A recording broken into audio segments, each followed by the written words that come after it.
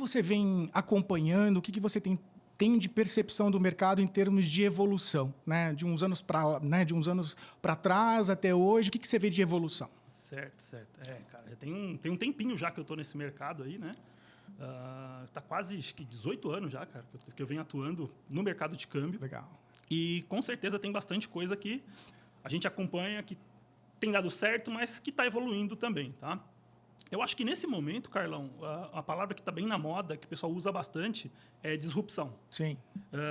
O nosso mercado ele é bastante disruptivo, né? Eu acho que você concorda comigo que hoje as empresas, as pessoas, elas têm muito mais facilidade em conseguir contratar um câmbio.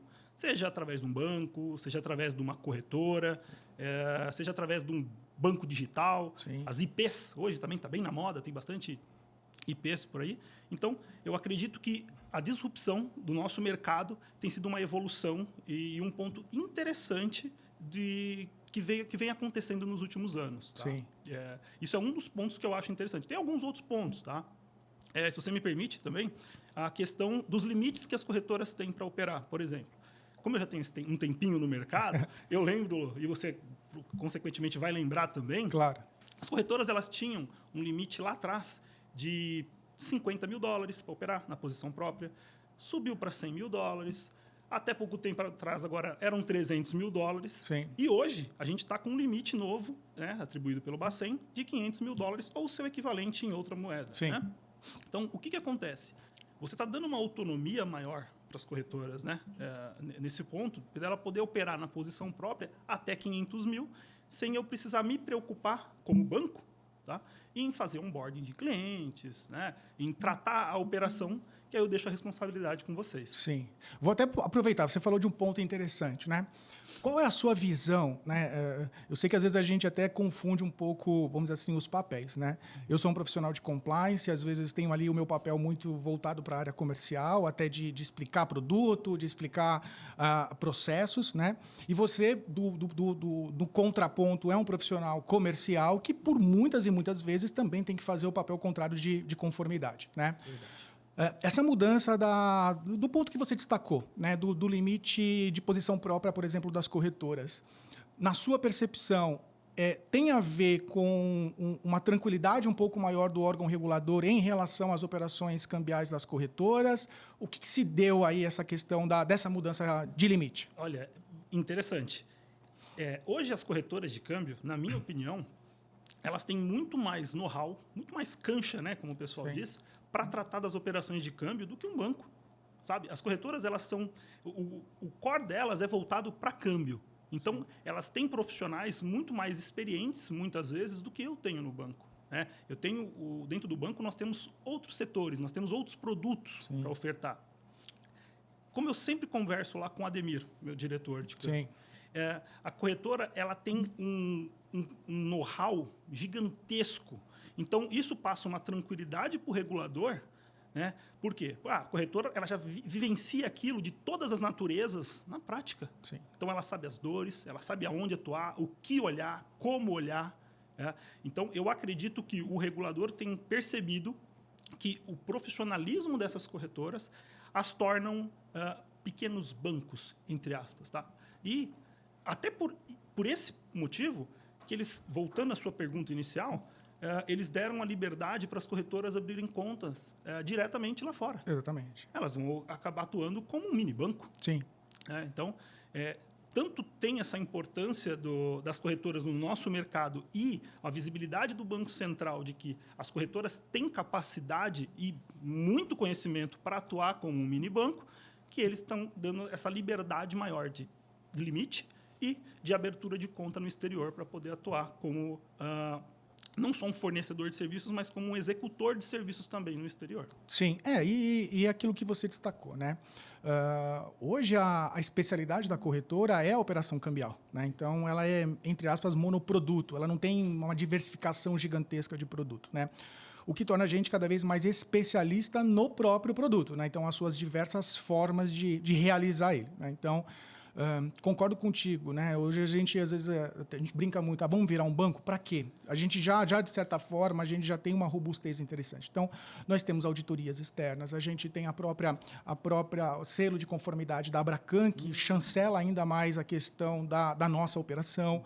As certificações, a BT1 e a BT2, que acabam trazendo para o profissional que a possui, e a corretora, 100% dos profissionais que atuam com as atividades finalísticas a possuem. Então, traz para ele uma robustez não só do procedimento operacional, não só do dia a dia, mas também do ponto de vista técnico, avaliativo, de ser avaliado por uma instituição diferenciada, que é a FGV, né, que faz a certificação, Sim. e entrega ali para aqueles que passaram, obviamente, a certificação ABT1 e ABT2. Né? Você falou uma coisa muito interessante, né? Nessa questão de abrir conta lá fora e querer se tornar um banco, né? Eu já escutei de algumas corretoras do mercado essa vontade de, nós queremos virar um banco de câmbio, né? Só que algumas corretoras já conseguiram abrir conta lá fora. Só que além de você abrir conta, tem todo um pacote que vem por trás, né? Tu tem um custo de observância muito alto. Muito alto. Tu tem um custo de profissionais especializados para poder tratar com um banqueiro lá fora, seja na ordem de pagamento, seja no extrato. Você tem um custo, né, para envio de ordem, para recebimento de ordens. Então, você tem, não é só você querer virar banco. Tá? Muitas vezes é melhor você entender o seu tamanho e ser... eu quero ser o melhor nesse segmento. Muitas vezes é melhor você ser um pequeno nesse segmento e dominar esse segmento do que você querer entrar num outro mercado que é de bancos, que é uma outra realidade, é uma outra competitividade, um outro custo operacional e vai fazer o seu negócio desandar. Na minha opinião, tem que se observar muito bem esses custos que vêm. Não só abrir conta lá fora, abrir conta é bonito, é legal, é bacana, você fala tem uma conta lá fora, mas tem um peso que você traz consigo quando você faz isso. Não, com certeza. Né? Até nesse olhar que a própria frente ela já se posicionou nesse sentido de se tornar cada vez mais especialista no produto no qual ela atua. Né? A gente estava comentando em relação a passado. Né? Então, há um tempo atrás, a gente tinha ali uma operação cambial no qual você tinha uma assinatura, por exemplo, de um contrato de câmbio no papel. Hoje, você já, dependendo da forma como você estrutura a sua tecnologia, às vezes pelo WhatsApp você consegue dar ciência. Né? Então, assim, já caiu a necessidade de você ter o contrato em si. Né? A comunicação para o cliente ela se torna cada vez mais diferenciada. Né? Tem um ponto que eu costumo até, ultimamente, eu venho comentando bastante, né? Infelizmente não temos lá os nossos 20 anos, então a gente tem essa memória do que aconteceu. Há um tempo atrás, quando você queria, por exemplo, ter acesso a inúmeros canais de televisão, você assinava lá uma net da vida e através dessa net da vida você tinha lá uma série de canais nos quais você simplesmente assinava e assistia, né? Atualmente, essa visão ela mudou. Basicamente, cada um dos canais se tornaram ali streamings, né? Então tem a própria plataforma, né? E 80% desses canais, eles não ficam no Brasil, eles ficam fora do país, né? Então, não parece, mas por trás de você ir lá e simplesmente pagar lá, por exemplo, um HBO, pagar lá um Max, pagar lá alguns determinados canais, por trás dele existe uma operação cambial. Existe uma operação de FX, uma operação de mass payment que vai reunir aqui toda a questão de pagamento. Exatamente, não percebe, porque faz tão parte do nosso dia a dia a operação cambial que ela se mostra diferenciada. Né? Então, é um ponto de que você já vê uma disruptura, como você destacou, em relação à própria evolução do tempo, né? Do que vem acontecendo. Verdade, verdade. Essa disrupção e isso que tu comentou atrás dos streamings, a população, as pessoas, de uma maneira geral, não faz ideia. Né? Muitas vezes a pessoa vai comprar a blusinha na Shein. Sim. Né? E como é que chega o dinheiro lá na China?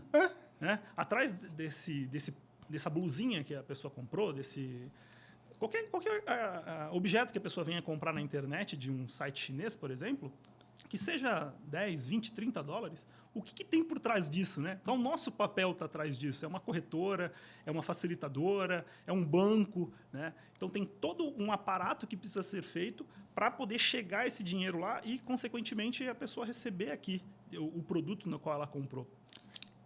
E é interessante até isso que você está falando, porque assim, né? Se a gente fosse fazer a compra desse produto, né? Aí o Carlos vai comprar alguma coisa lá no site chinês, né? Uma operação de e-commerce. Uma operação de eu vou entrar em contato com o site lá, né? Com o site não, com a área comercial deles e comprar. Dependendo, eu vou pagar de Swift, né? Que é o custo, né? Infelizmente existente quando você tem uma operação desse ponto, um custo que às vezes vai ser maior do que o próprio produto. Né?